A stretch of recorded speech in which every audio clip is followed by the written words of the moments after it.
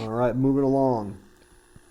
It tells us that OT bisects SOU. So angle SOU is here. So these two are going to be congruent to each other. Measure of angle UOV is 41 degrees. So UOV is 41 degrees. Angle YOW is 112. YOW, this is 112 degrees. Find the measure of each angle. All right, so we want the measure of angle ZOY. ZOY, which is, where's my Z? I want this angle here. Well, it looks like this angle is formed by this line that goes across and this line goes across. So ZOY is vertical angles to UOV, which means it is also 41 degrees.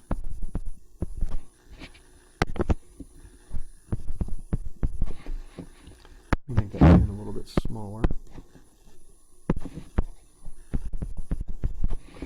Okay, let me get rid of those orange marks in there. Okay, go ahead and clean that up. 41. Also, we want ZOY, ZOW for 28, ZOW.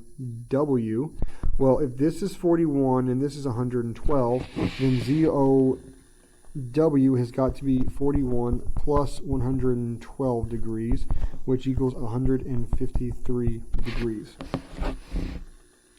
Now, VOW here, well, we already said that this entire angle there was 151, so this has got to be the linear pair to it, so it's supplementary, so that's 180 minus 153, which is 27 degrees. All right, SOU. SOU, well, is here. It looks like, let me get rid of these orange marks again. It looks like these two, yep.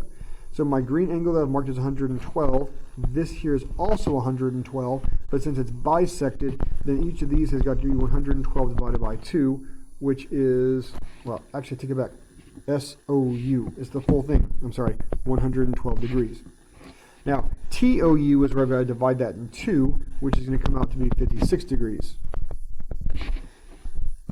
And then ZOT is here. Now, did I already do VOW? Yes, this one was 27 degrees. Therefore, this one is 27 degrees because they're vertical angles. And then ZOT, let me do this one with my purple marker here. ZOT will be this one in purple, which is going to be 56 plus 27, because 56 degrees is here, 27 is there, which comes out to 93 degrees. All right, number 33. Write the statement, all chickens have 2 wings. So, if an animal, if I can spell right, is a chicken, then it has 2 wings. Now you'll notice on the one that's I'll provide in the Google Classroom, instead of an animal, the word it is there. If it is a chicken, then it has 2 wings. I just want to caution you again, be careful about using pronouns before you define what the pronouns are. Just grammatically, it makes more sense to go ahead and put some other word there that makes sense instead of just saying it. Okay, number 34, write the converse of the statement. If 2 lines are parallel, now my hypothesis here are 2 lines are parallel to a third line, and then my conclusion is they are parallel to each other. So for the converse, we're going to just swap those 2 out. So if 2 lines are parallel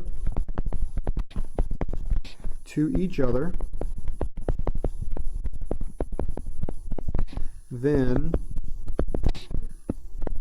they are parallel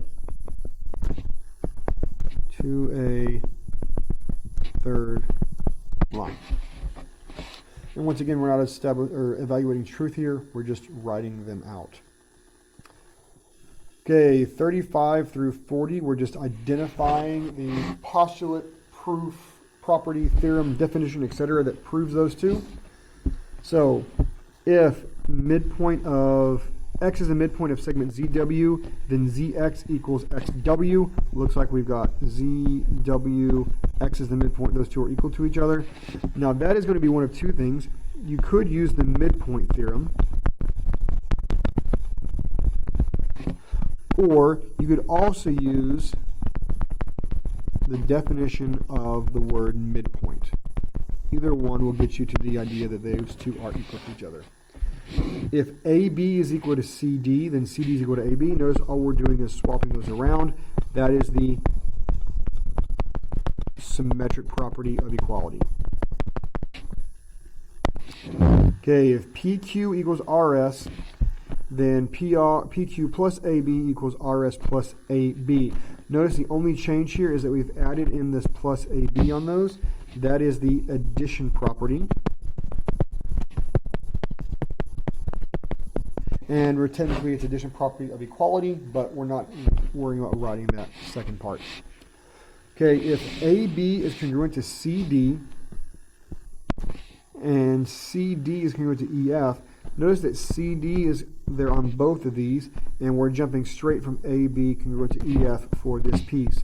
That is the transitive property. Remember, that's when it's got a lot of power, especially when we have more statements than that. The transitive train, we can jump all the way from the engine to the caboose, regardless of how many cars there are in the middle. Okay, if two angles form a linear pair, then they are supplementary angles. Well, that one is the verbatim, the supplement theorem.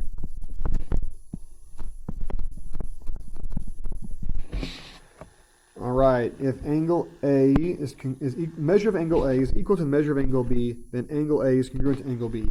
That is the definition of congruent angles. All right, let's go ahead and cut the video here, and we're going to move on to the last page, which is, I know, what you've all been waiting for, the proof section.